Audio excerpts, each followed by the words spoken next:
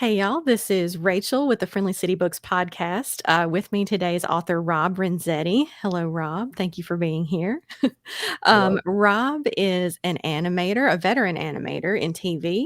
He's worked on Cartoon Network's Foster's Home for Imaginary Friends, My Life as a Teenage Robot, which he created for Nickelodeon. He worked on Gravity Falls, one of my favorite shows, Big City Greens, I'm sorry, for Disney. He has an extensive animation resume, and now his middle grade novel, The Horrible Bag of Terrible Things, just came out on July 18th. I read it. I loved it. I thought it was wonderful. And so that's what we're going to talk about today. So, Rob, I guess let's just get right into it if that's okay. Sure. Where can you tell us about The Horrible Bag of Terrible Things? Where did the idea come from? How was this story um, Well, created? ideas come from a few different places, and the way this one started was kind of unusual for me because it kind of started with the title. Mhm.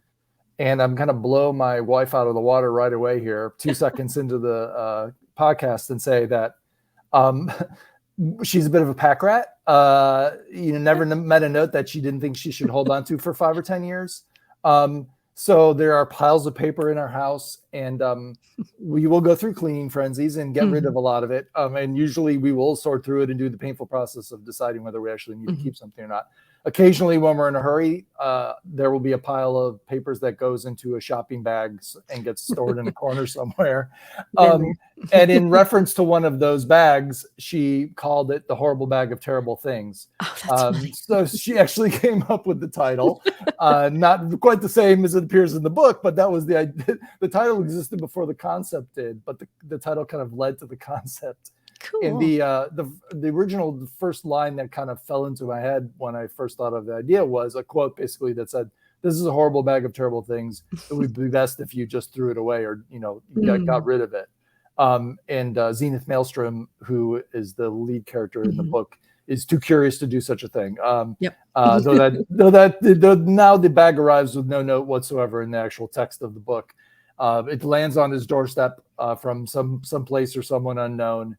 And he brings it into the house and opens it up, and his curiosity kind of lands him into a world of trouble, a literal world of trouble, because there is a hidden world inside the bag, and a creature comes forth from that world and snatches his older sister Apogee and spirits her away into the bag. And he follows and finds that impossibly somehow there is a world waiting inside, and he needs to save her from that horrible world. Yes. The whole concept of just the teens, preteens going on the journey into the magical world is just so wonderful anyway. And you have such a fresh take on it. I loved when the spider hairball thing came out. That was wonderful. Thank you. Yeah. Zenith names that creature Schlurp.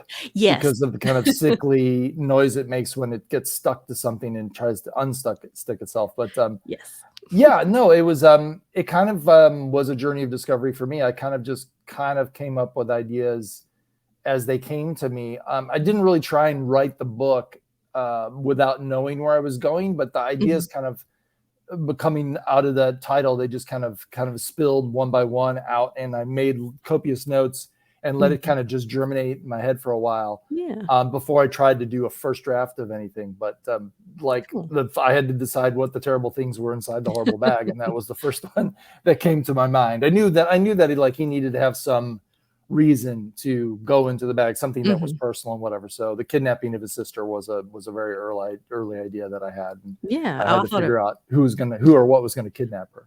Oh yeah, I thought that worked really well. I mean, thank you. From the get-go, the tension between them really sets the stage for the stakes for everything. And the toenails in Schlurp's fur just that was a later creepy detail that I'm proud of. I know, it was so a little awesome. bit of minor body horror there, nothing too just bad. a little bit, nothing touch of too unpleasantness. I mean, but you have to have a little bit of that in horror, even if it's middle grade horror. For sure. Yeah. So based on your animation resume, You clearly enjoy the fantastical. So the horrible bag of terrible things is still kid friendly, but it Mhm. is more distinctly horror, I would say, maybe than some of your other work. For sure. So what prompted the shift for you to working more in like traditional horror genre, um, and specifically middle grade horror? Like, is that something you've wanted to do for a while, or was this a story that has been germinating for a long time that you kind of wanted to get out? Or was it more just an organic? It Yeah, I was know you kind of, mentioned it a little bit, but well, it was, I've worked in animation for a really long time, mhm, but there are not a lot of horror shows for kids. Gravity Falls is mhm, kind of the exception, really. I yeah, mean, there was a very heavy horror theme and horror patina on Gravity Falls. I mhm, mean, it was kind of the whole point that yeah, this town they were stuck in was weird and horrific and scary in various levels. Uh, mhm. Oh, yeah. but beyond that, there's not a lot of opportunity to do horror in kids TV. Mhm, It's not, usually it's an action show or it's a mhm, comedy. My own show, Teenage Robot, was kind of a combination of those two. mhm, Powerpuff, created by my friend Craig McCracken, also kind of like a mix of those two. But horror, you can get a little bit of it sometimes. You can do a scary Halloween episode, or you can mhm, do this or that, but you don't have an opportunity to do a lot of horror. And I'm a huge horror fan. When I was very young, I was a total scaredy cat. Didn't want to watch anything scary. But that when I mhm, became a teen, that kind of all shifted. And mhm. I think I became just like a huge consumer of horror and stuff, and I've been a horror fan ever since. So the more shorter answer is like I've been trying to make kids laugh for 30 years, and now I want to try and make them cry. Cry in fear, I mean, not Oh, really, yes. gonna make them a little scared, scare them a little bit, as Oh, well as yeah. make them laugh a little bit. So there's definitely comedy in Horrible Bag, but I also did want to get a Mhm, little bit of horror in there. So it was I wanted to create horror stories for a while, but specifically a middle grade horror. mhm, I just felt like it was because I'm so familiar with that kind of targeting that age group. I thought mhm. like I would go for middle grade because that's kind of the show. Most of the Yeah, shows I've worked on were kind of targeted towards the middle grade audience. So yeah, kind of a natural progression then. yeah, I guess, yeah, it's just a Mhm, matter of like doing the one reason that it's a book and not a TV show is because it is horror and it's more heavily mhm, horror, and it seems like there's more of a thirst for that in the publishing world than there is mhm. in animation. Yeah, and I think you might would have a little more freedom in text to be creepy maybe For than sure. visual. Yes, definitely. Yeah. Yeah, there's I wrote the book kind of on spec for myself. I didn't I one, I wasn't sure whether I could do it or not. I'd written 4 books up until now for Disney Mhm, Publishing, but they were all based on existing characters. 2 of them for Gravity mhm, Falls. But mhm, this was the first book that I'd written full that with my own original characters, and I mhm, one wanted to see if I could do it, and if I liked it when it was done. And so I kind of just was doing it in my spare hours. I like decided I would wake up an hour earlier in the morning, and before I went to work, I would devote mhm. an hour to writing this story. And so I just tried it with the hopes that it would get published one day, but not necessarily um, making that a requirement of the experience. I just Yeah. because I just enjoy writing, so I wanted to see. I will enjoy this. I know I will enjoy this. Let's see if it's any Mhm. good at the end. And Yeah. then when I Mhm. finished a draft that I thought I could finally show to someone, I turned to a couple of people that I trusted and showed it to. Excuse me. Oh, bless you. Um, I don't know. Was I answer? The sneeze has totally distracted me and thrown That's me off okay. course now. So please ask me another question. Okay. Um, well, sort of, I guess, on the piggyback of that, do you think now your career will shift more toward writing, or do you think you'll still do animation, illustration, or, you know, Um, a mix? I guess it depends on what happens with the animation industry and television and Mhm. movies in general. I mean, right now things are really in quite a slump. So, Mhm. of course, being able to predict this several years ago, I'm perfectly positioned to just write books for now. But Yeah. no, I don't know what will happen in the future. I would, I can certainly see a animated or even live action version of Horrible Bag, Yes, that would uh, be and the amazing. 2 sequels that it's turned into a trilogy. When I finally had Mhm. a manuscript I was ready to go out with, and I got my literary agent, he asked me, "Do you see this as a single book or as a trilogy?" And I said, "I can see it Mhm. as a trilogy." And Yay. he asked me to, attach something to the end of the document that said what books 2 and book 3 would be about. So Mhm. I came up with a lot of lies and put them into a text, and most of those lies have turned out to be true as I've ended Oh, up good. writing the second and third book. Second book is written and now is waiting to be released in January. That Cool. one's called The Twisted Tower of Endless Torment. Nice. And the third book I am currently writing as we speak, and that's called The Something Something of Something Something, because I don't know what the title is yet. So Gotcha. I know what the book's mostly about, so I'm diving into that. But that will Okay. follow later next year. So there's a trilogy of books. I could see it as a miniseries. I could see it as a trilogy of movies, either animated or live action, or it may be one of those things. Who knows what will who's interested in what by the time we come out of this kind of lull in the entertainment industry. So I've got other ideas for books, and I'm happy to proceed in that direction, but I'm not retired from animation quite yet.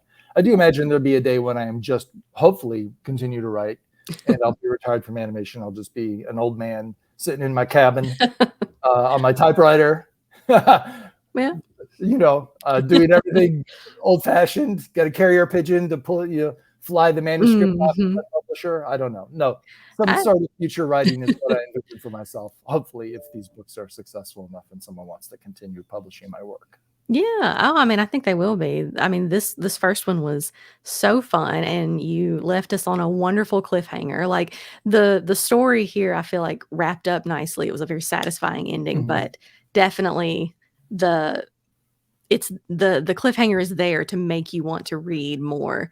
Good.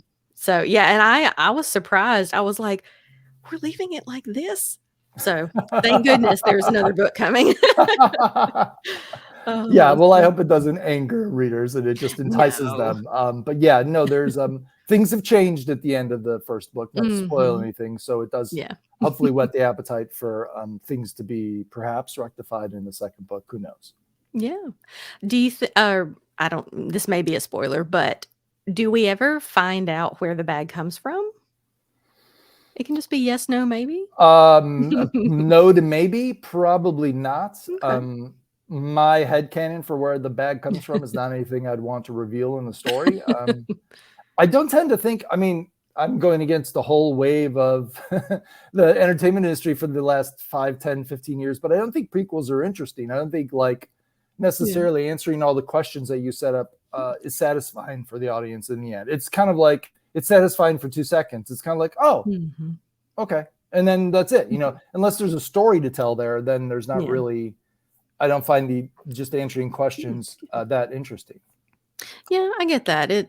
If the story I feel like is done really well, you don't necessarily need all that. You can let your imagination sort of fill in. I hope so. Yeah. I mean, and I know where the bag came from, but I don't know that answer is satisfying. In fact, I think it's kind of nicer that it's a mystery. There are hints. There are very, very, very subtle hints in the first book as to what it might have to do with, but that's really very vague hint at what is a vague hint in the book. I may have to go read it again and sort of parse for that, see if I can pick some stuff up. So you said, we don't know, maybe there would be an animated version or a live version. Do you think you would animate it if that came to be? Well, I mean, if it were an animated version, I'd probably be creatively in charge. I'd like to be creatively in charge of it. It would depend on what how it would all end up being, put together. Live action, I doubt I'd be less directly involved, but animation, sure, I could see, making a good job for myself out of translating my own work into an animated show or a series of animated movies. But who knows? Who knows it's so hard to kind of predict what the future will bring.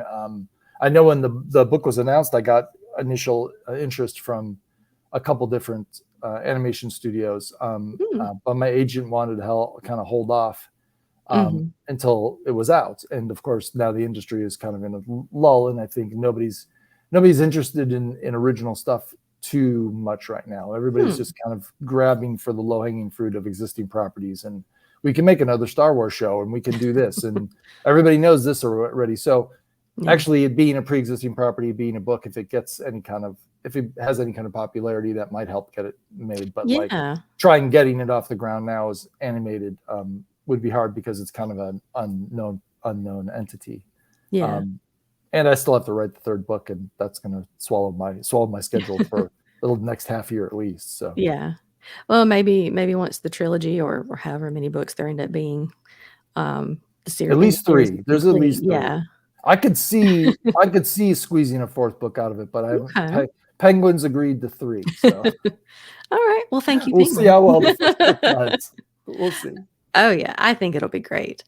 Thank you. Um, so moving into a little bit more of the content of the Sure. book, one thing that I noticed from the get go, and I really liked all the character names. Mm-hmm. So I'm one of those people, if I start noticing patterns, I like will Google as I read and like read all the definitions of the Sure. character names. So like Apogee and Zenith obviously are very similar, like the Mm-hmm. highest point, climax or culmination of something most powerful or successful. And so the whole time I was like, what does this mean? What does it mean for them? I thought that was really cool.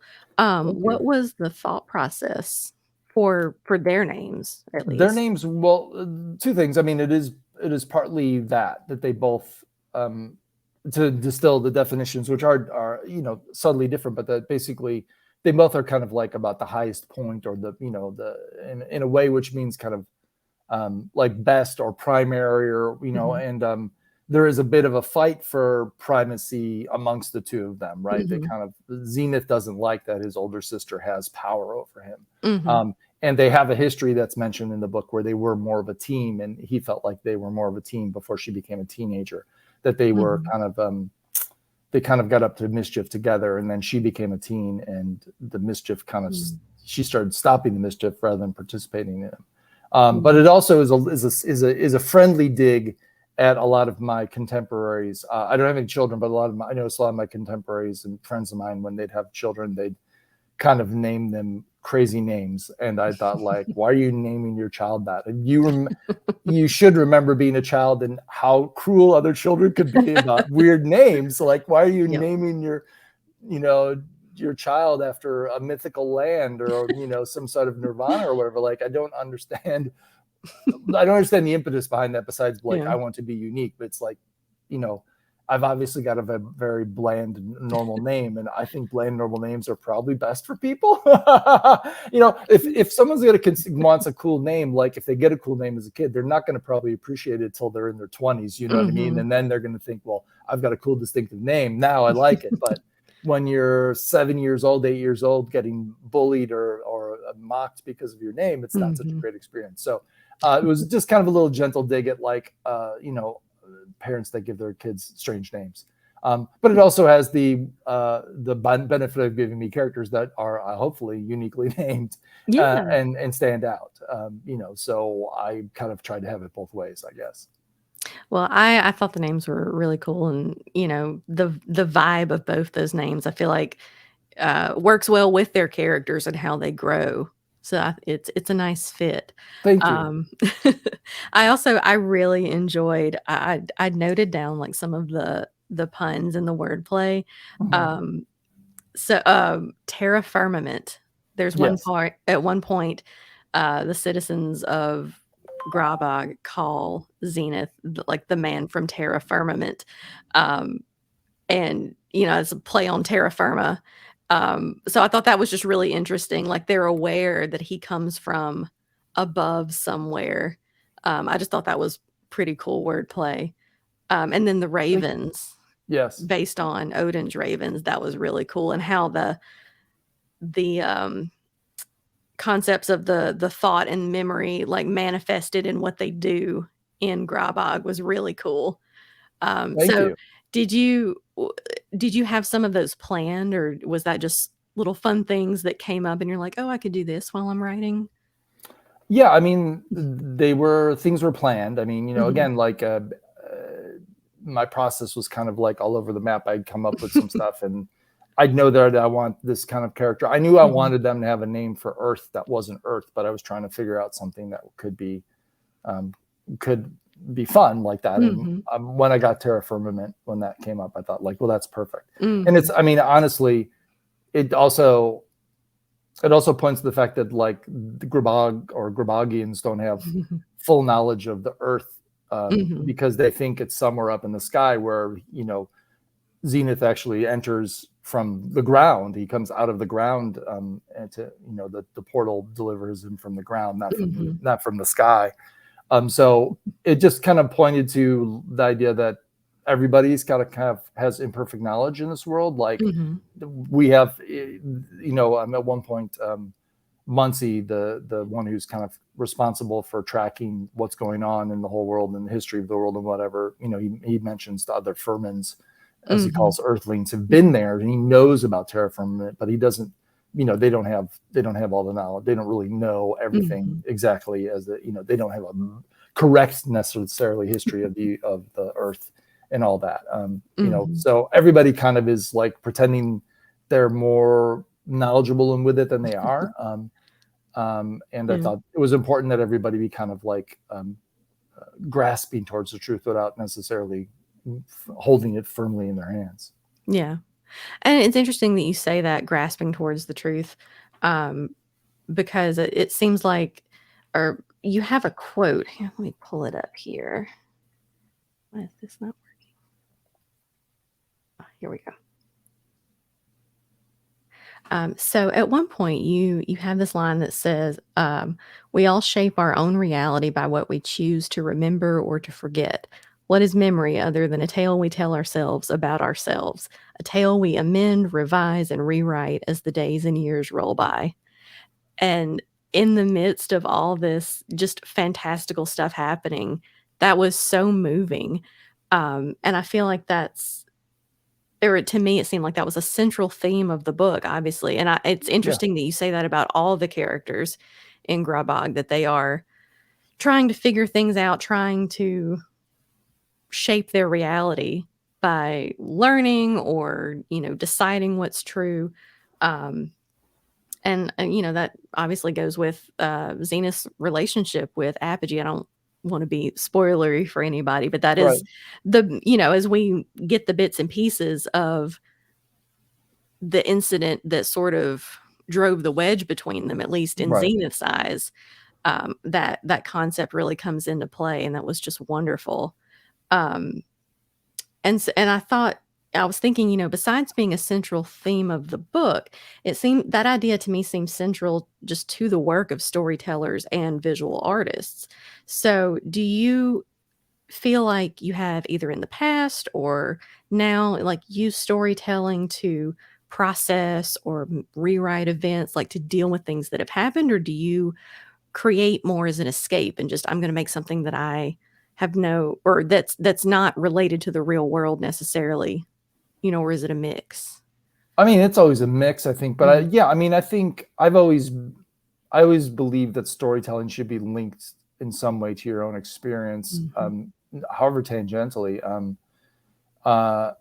When I was a kid, and still to this day, to a certain extent, I have real trouble falling asleep quickly. So when I was a kid with all my crazy kid energy, I would spend at least an hour every night in bed before I could fall asleep. And so I had a lot of time to kind of fantasize in my head and think about my life and think about how I was dissatisfied with my life, or how things could be better. Once I was a teenager, it was all about girls and how come I didn't have a girlfriend and what was wrong with me, and fantasizing in the most innocent way possible about like getting a girlfriend, which most of my fantasies are about like how I would win some girl I had a current crush, how I would win them over. Not so much about the physical stuff that came afterwards, because I had so little concept of what that was. But like the idea like that, I felt like I was lacking in some way, and that I wasn't fully formed because I didn't have a girlfriend. So I've lived a very self-examined life since I was a kid, like mostly just because I'm not an insomniac, but a bit of trouble going to sleep. I had this kind of dead time where I had nothing really but to think about what was going on. So my own personal bias is that I think people should live in live a life of self-examination, and they should think about what they've done, what they can do, what they've done wrong, what they've done well. Not to beat up on yourself, in fact, to try and be able to find a way to love yourself. Yeah, exactly. But so I think, I do think unexamined life is not worth living, to a certain extent. And so the book does touch on that theme, which is that like there's a way you can run from your past and mythologize it away and edit it in a way that lets you off the hook. There's a way you can embrace the good in the past from the good and the bad in your own past, in a way that can make you a more whole human being, and make you a better person as you move forward in your life. Yes. And it's kind of that is what that theme is what the book is kind of about, which is like Zenith needs to do a little bit of self-examination to kind of be a better person going forward. Yeah. And it's there. Yeah, I think that is such an important thing for kids, for the age group that's going to read this book, like middle grade kids. Like that's the age they start becoming aware of, the idea of self-reflection and growth. And I don't know, I think this story is a really good way to introduce them to that concept if they haven't read anything like that before. It definitely prompts you as an adult to, think, man, what have I rewritten in my memories? And that's, you could go down that rabbit hole. And that's a whole different conversation. Sure. I mean, it's easier when I've been married for a very long time, and my wife has a much better memory than I do.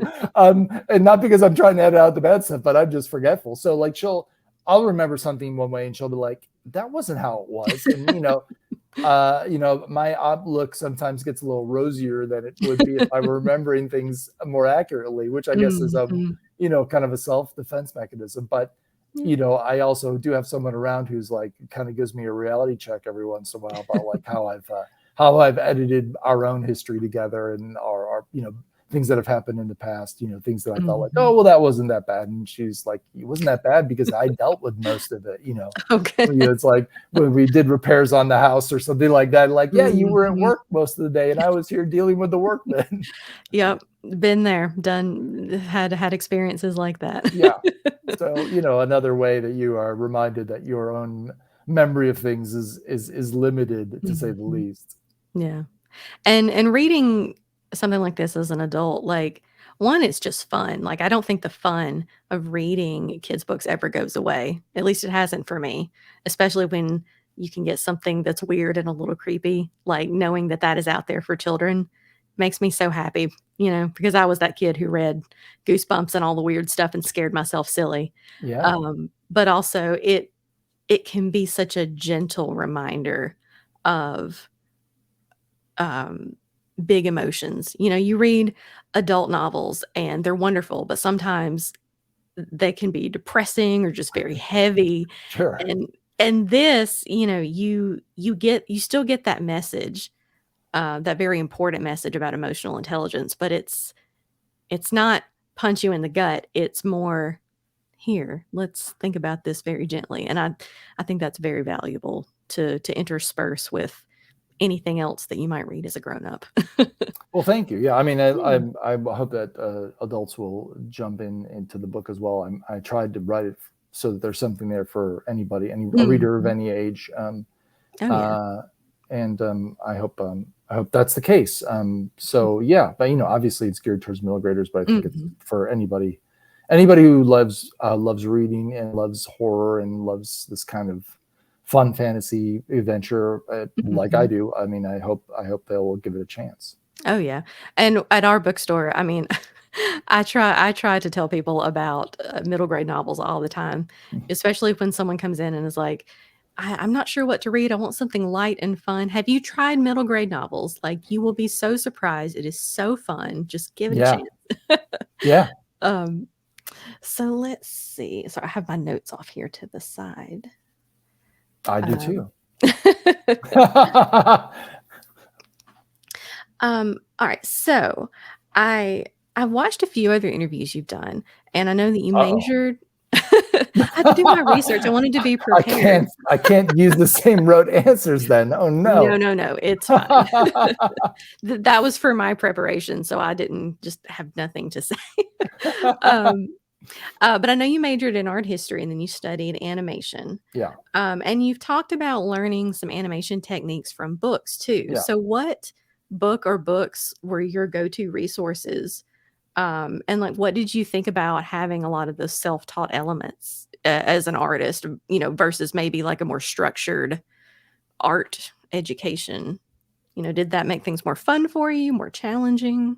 Well, the okay, several parts of the answer. I'll start Yes. with what the book. There was one book. There was one book Mhm. that I used, and that's The Illusion of Life, which was written by Frank Thomas and Ollie Johnston, who were Mhm. two of Disney's, well, the group that was called Disney's Nine Old Men, which is a very famous concept in animation. But there was a Mhm. bunch of old animators that were with Disney for years, and they were his top men. They were all men. Mhm. Surprise, surprise. Mhm. But they were his top animators, and they stayed. A lot of them were there for decades. And Frank Thomas and Ollie Johnston, in their retirement after they were done being animators, they decided to start. They published a series of books, and the Mm. most famous of them was The Illusion of Life. And it was part history, but it was also how did we do it? Like how did we Mm. make how do we make the Disney cartoons? What were the principles behind it? What were the Mhm. principles of animation that we discovered as we worked? Because they were there from very early in the beginning, and they were there as Disney started doing the all of the features. And Mm. the Disney's aim was to like make more convincing, realistic movements. Mhm. And but you're still drawing. So how do you create the illusion of life? Basically, Mhm. how do you make something that someone's going to forget they're looking at a drawing? They're just going to get into the character, get into the story, and be Mhm. emotionally hooked. Yeah. It's a great book, and it came out when I was in my teenage throes of animation fandom, and so Cool. I got the first edition of it. So I Ooh. have that first edition book, and when it came time to try and get into Cal Arts out here in Valencia, I was I'll backtrack briefly. Mhm. I went to U of I. I went to University of Illinois as an art history major, like you said. I knew by the time I graduated, I didn't want to be an art history professor or anything having to do with art history. So I knew I wanted to be in animation, and Mhm. so I found out while I was at U of I that there was a school that Disney had helped get off the ground called California Institute of the Arts, Oh, had okay. an animation program. Um, and I coincidentally there was a high school classmate of mine that had gone to CalArts, but had gone directly out of high school. So Mhm. though I had spent 4 years going to a university, he had gone directly to CalArts, Mm. and he was graduating. And I asked him, and he said the best thing you can do to try and get into CalArts is in your portfolio is do some animation, do an animated film. Mm. So after having read The Illusion of Life, I read it again. I basically used it as an instruction manual. In my last Mhm. year at University of Illinois, I'd fulfilled all my requirements for graduation by the time spring semester rolled around. So that I spent that spring semester doing an animated film Oh, very on cool. my own. And I used Illusion of Life basically as my textbook. Cool. So I did a very crude animated film. Didn't get into CalArts, but I did get in after another year. The following year, I did get in. Mhm. And at CalArts, I was surrounded by some of the best teachers in the industry, Mhm. working professionals that then taught at CalArts. And I was with a group of other young people that all were into animation as Mm. fanatically as I was, as Awesome. opposed to being the one person in high school or at U of I who was a Mhm. animation fanatic. So it was a wonderful time. So I kind of had my learn it on your own experience Mhm. first, and then I had the like traditional structured. These are the Okay. classes you will take. This is how you will learn animation. And Mhm. both were valuable. I mean, I think I would have been a worse student if I hadn't had that kind of uh, semester working on my own Mhm. before I got into animation school. And Yeah. then, but because basically, well, we did the same thing. Actually, we were in classes in the fall, and then the Mhm. spring we officially still had classes, but really you were meant to spend most of your time doing animated film, which was Mhm. kind of your like final exam for the school year. Yeah, okay. And we'd have a film festival where everybody's film would be shown. So Mm. it was the same kind of thing, and I just got like a year of practice doing it before I ended up Okay. at Cal Arts. Nice. Yeah, I'm work at the bookstore. I also do art here too. Mhm. And I have found that it makes such a huge difference to just jump in and try, get your hands dirty to learn a technique. Um, even before. looking it up or doing a lot of research, that initial, I'm just going to go for it, is so valuable. So that's really cool.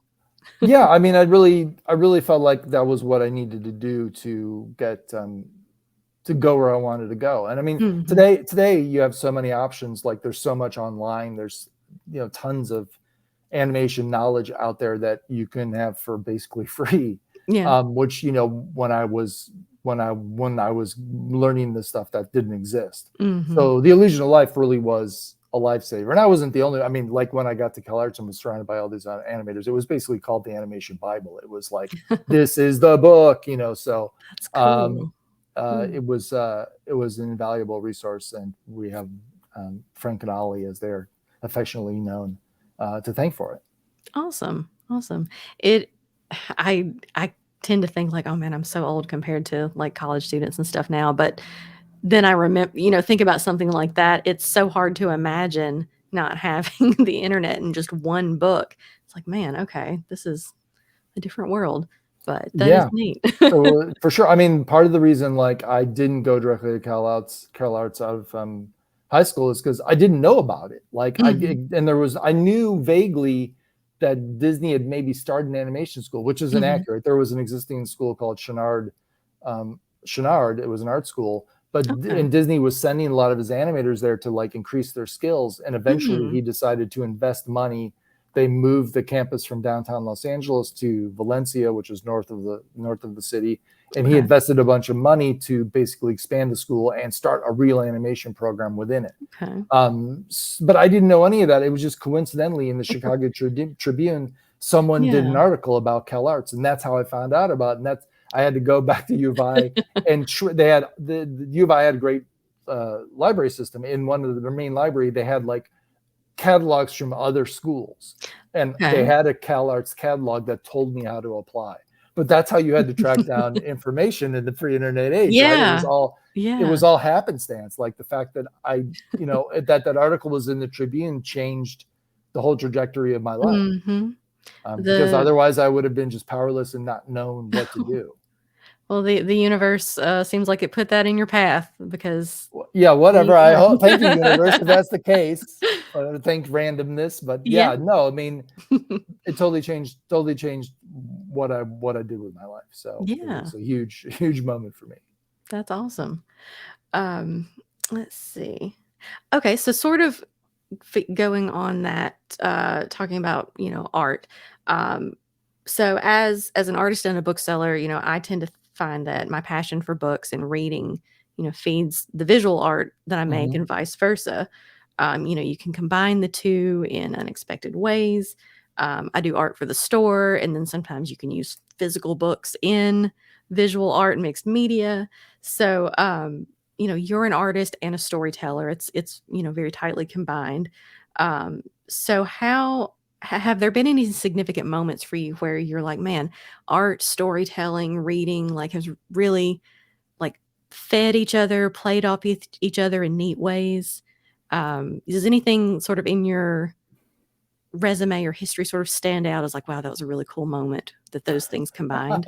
I mean, I've been kind of playing at both my whole life. I mean, I knew Mhm. from a very it's weird because I said like, and then I knew I wanted to be animation. I knew I wanted to do something with animation from a very young age. It's just when I was of the age to go to college, like the industry had kind of almost died, and it was really while I was at U of I that it was reborn, and I thought there's Hmm. some hope and I can do what I want to do. But when I Mhm. was a very young kid, I was already drawing and watching all the cartoons on daytime reruns and all that. And I drew a lot. I came up with a whole world of original Hmm. characters, which were paper thin, but I was going to build the whole empire out of them. So I drew lots of little like one panel gags with them. I drew comic books with them. So it wasn't just drawing. There was always drawing with storytelling, because I Mhm. knew, having watched cartoons, that it wasn't just that there were cartoon characters, but that they existed within stories. Mhm. So they were always very closely linked with me. I knew that I wanted to tell stories, and I knew that I wanted to do them in the form of animated cartoons. Cool. So that was really my childhood, was really doing all that all the time. Mhm. Um, and it was just kind of when I became a teenager and finally got to go kind of decide what I want to do in my life, it looked like, oh, well, that really animation doesn't look like it's really happening anymore. And I was really mourned that for a while, but it was like, I still want to be an artist. So the reason I went to University of Illinois is they had this very well thought of graphic design program. The problem was only a third of the students that were in the art school got into graphic design, and almost everybody wanted to be in graphic design. And I didn't make it. I didn't make it in graphic design. So then I had to decide, well, what's my, if I'm going to be stay in art school, what's my major going to be? And I had a fantastic art history class as part of the first year. The first year, everybody's just general art students. It was the last 3 years you'd be in the graphic design program, or you'd be something else. So that's how I ended up in art history. Okay.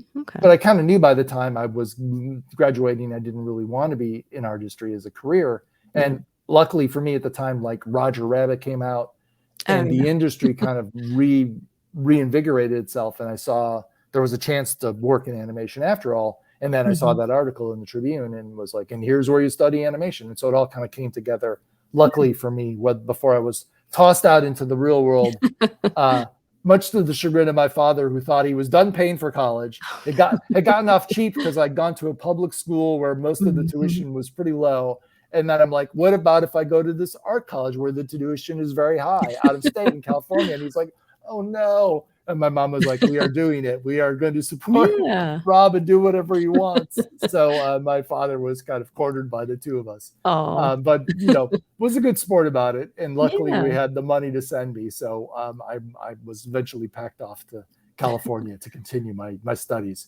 So I ended up going to college for 7 years straight instead of the traditional 4 years at three different institutions. So it was a long odyssey to end up where I wanted to go. Yeah, it paid off. Thank you, Rob's dad and mom, for helping out with that. So book questions. Yes. What are your favorite books in general? Top 5, 10, however many? That's a tough one. I thank you for sending the question ahead of time, because I would have been caught flat-footed if I had to answer this on the fly. No, but I actually, thinking about it, I came up really quickly with some of my top fives. Okay. It's kind of tough. There's maybe two. I'm going to say The Count of Monte Cristo is probably my favorite book of all time. Okay. I discovered that, actually, my wife suggested it to me before she had read it before I had. I definitely went through a phase when I was in college where I'm like, I'm ready to read really long books. How about these books by Tolstoy? I'm going to read War and Peace. And I'm going to read Anna Karenina. And I read both of them almost like back to back. And I was like, and then I kind of, as life takes over and you're busy doing other stuff, I really don't read a lot of those super long books. But when my wife Tracy said, like, have you ever read The Count of Monte Cristo? I'm like, no. She's like, oh, it's really good. I'm like, all right, I'll try it. I've read really long books before, and I got into it and was so captivated by it right off the bat. It's such a great story. It's such a great story. And you would think you would get bored with it for it being so long, but really no, it's just fantastic. And I've read it twice, in book form. And I had a cross-country trip recently where I listened to the audiobook, and it was like the perfect length for the trip there and back. And I was so grateful to come to it again. And it was a great, I should have looked up the edition, because there's a few different audiobook editions. Okay. But it was so wonderful to listen to it again. And just the part where he's in prison and he's learning and becoming an educated man with the Abbe Faria, and he learns how he was betrayed. Like, all that is just so, like, it grips me in a way. Like, it makes I have like a physical reaction when I get to those passages. Like, the pleasure, it becomes like not just mental, but physical. Like, it's weird. I get this weird visceral feeling about it. So I really, really love that book. That's got to be my top book. Maybe second, a very close second, is The Hitchhiker's Guide to the Galaxy. Yes. By Douglas Adams. I just love that book. Like, every time I reread it, it's as funny and just mind-blowing as it was the first time. Yes. I actually discovered the PBS, like, really janky 1970s PBS TV show version of it first. Oh, whoa. I didn't even know that existed. Oh, yeah. It's really, really low tech, but really great. It's a really great, I think Douglas Adams was involved in it. Okay. I think he had some hand in it. It's very faithful to the books, but very it's very truncated. It's like it's like most BBC series. It's like 6 episodes or something like that. But it's a lot of fun. And I was like, that's the first way I discovered it. And then I read the book and saw the more full experience of it. But I've read that at least, I'd say 3 or 4 times, listened to an audiobook version of it as well, which is really good. Yeah. I love that book. It's just so that kind of tone is something that definitely I tried to strive for. Even getting close to it in my own writing, that kind of ironic, tongue-in-cheek kind of feeling where he's kind of making fun of his characters, but you can tell he loves these characters as well. I like that kind of perspective towards your own characters, where you that's the way I am with the people that I love. I tease them mercilessly, but also love them dearly. So my wife has to deal with me teasing her all the time. My friends know that if I'm teasing them, I'm nothing bad is going to happen between us, and we don't have any outstanding issues. So it's definitely the way that I live my life, and I just love Douglas Adams. I was teased mercilessly by my mom and my older brothers when I was growing up, and so that's the way I've learned to relate to the people I love, and I just love the fact that that's also kind of in his writing. Speaking of my wife, this is more of it's a great book and I love it, but the reason I'm kind of sentimental and why it's in my top 5 about it is because my wife introduced this to me. Geek Love by Catherine Dunn. Oh yeah.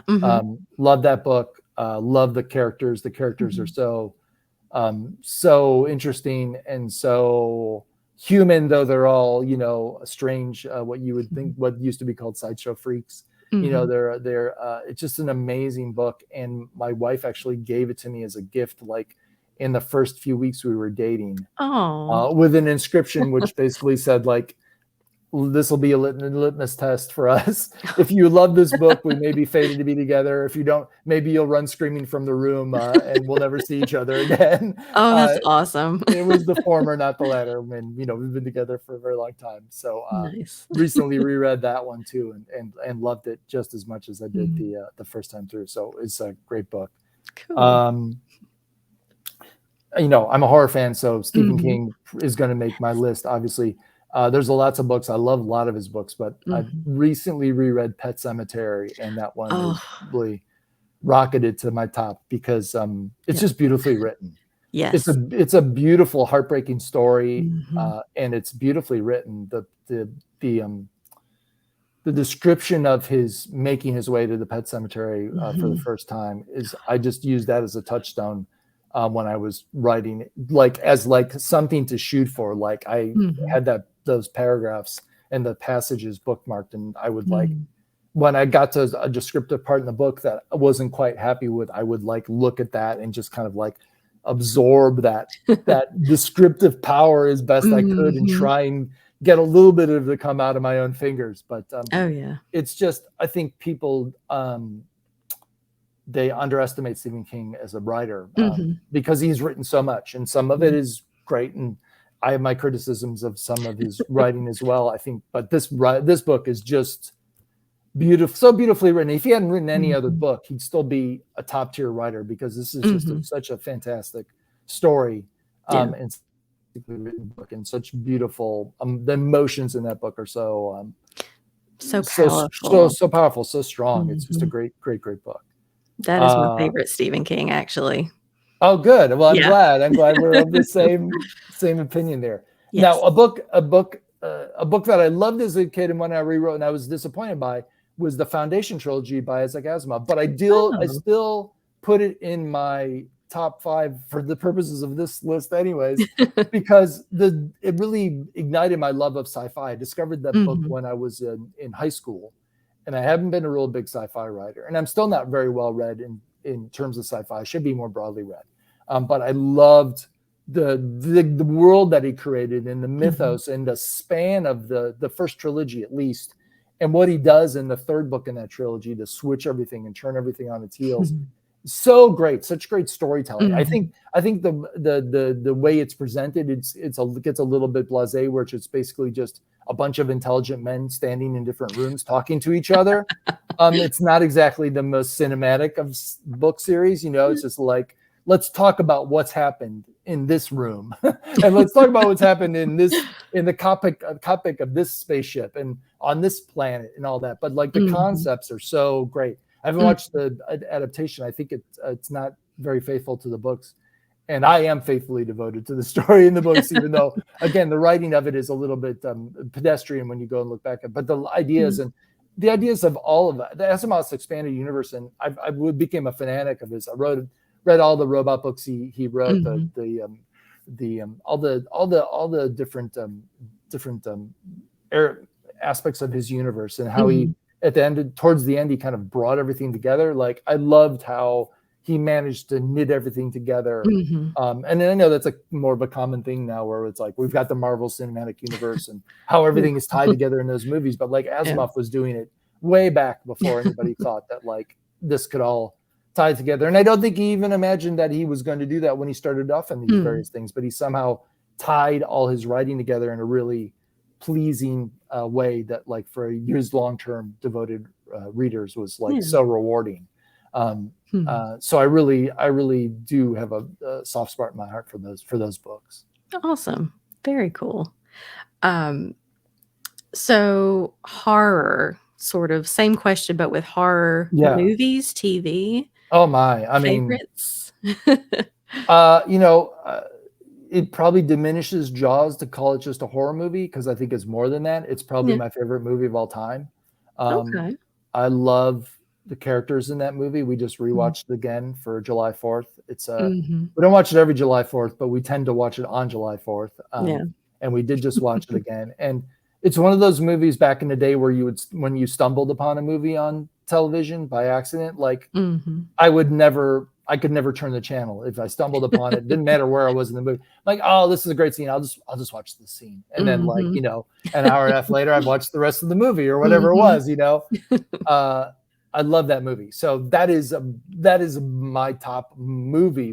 Horror movie wise, if we're going to, I'd say John Carpenter's The Thing is more strictly, you could very much more comfortably put that firmly in the horror genre. Yeah. And I think that's probably the best horror movie out there. The characters, the setting, what it says about humanity, the dark places that those characters go. I just love it to death. Again, another movie that I can't stop watching is I couldn't just watch a scene from that movie. I've got to watch the whole movie. A more recent movie, it's not that recent now because there's been a number of years, but It Follows. I really love It Follows. Yes. Super, super creepy, super just an original take on a monster. Just really well executed. The atmosphere in that movie is so gripping. I still think about it. Yeah, it's great. It's a great movie. I love it to death. One movie, again, to go a little nostalgic with it, like one movie that I just kind of stumbled upon. I used to spend summers in South Carolina with a neighbor of mine. His mom's parents lived in Charleston, and like there were several summers in a row where we went down there, and he had a cousin who was our same age, and his cousin one time had basically had a slumber party while we were there, and we came to a slumber party, and someone had brought the original Nightmare on Elm Street over, and I just stumbled into that movie knowing nothing about it, and I was just like, oh my god, this is amazing. So I love that movie. I love it. Of all the 80s series of horror movies, that's probably my favorite. I think it's the most potent. The character, such an original horror character, just like coming out of nowhere and basically swallowing up the popular consciousness for a while. So like if you want to go for the low more, I wouldn't even call it lowbrow, because there's lots of interesting things they're doing there. But I guess some people will look at that as a little bit trashier, but I just love it to death.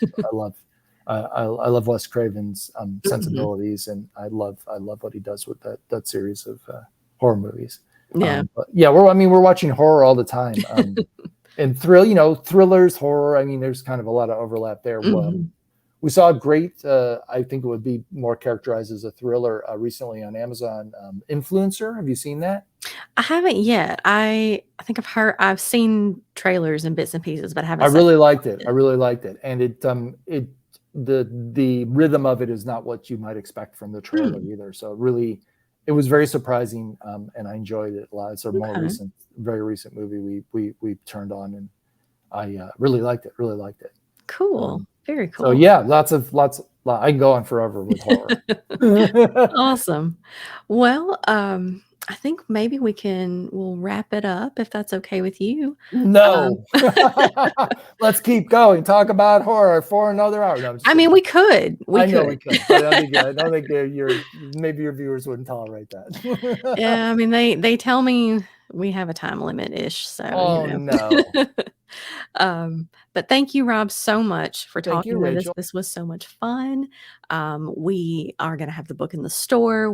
I cannot wait to talk to people about it. Wonderful. Thank Um, you so much. yeah, and thank everybody for listening and or watching, whichever y'all are doing. We Yeah. will have more of the Friendless City Books podcast. Happy reading, y'all.